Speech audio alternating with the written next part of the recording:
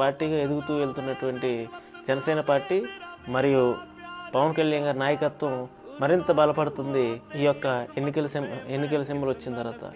So నీ party ఎన్ని రోజులు నడుపుతావని ఆయన అడిగినప్పుడు ఆయన చెప్పింది, మీలో ఉన్న నలుగురు నన్ను వచ్చి మోసే వరకు కూడా ఈ పార్టీని నేను నడుపుతానని చెప్పేసి ఆయన ఒక సుదీర్ఘమైనటువంటి ఎజెండాతో జనసేన పార్టీని స్థాపించారు.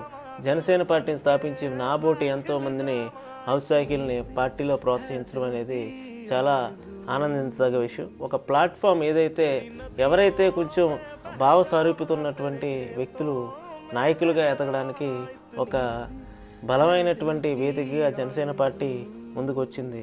కాబట్టి ఈ యొక్క గ్లాస్ టాంబ్లర్ని ఇక పైన జనసేన పార్టీ ఎన్నికల గుర్తుగా కేటాయిస్తూ ఎన్నికల సంఘం తీసుకున్నటువంటి ఈ నిర్ణయాన్ని మరొకసారి మనందరం కూడా ధన్యవాదాలు తెలియజేసుకుంటూ ఈ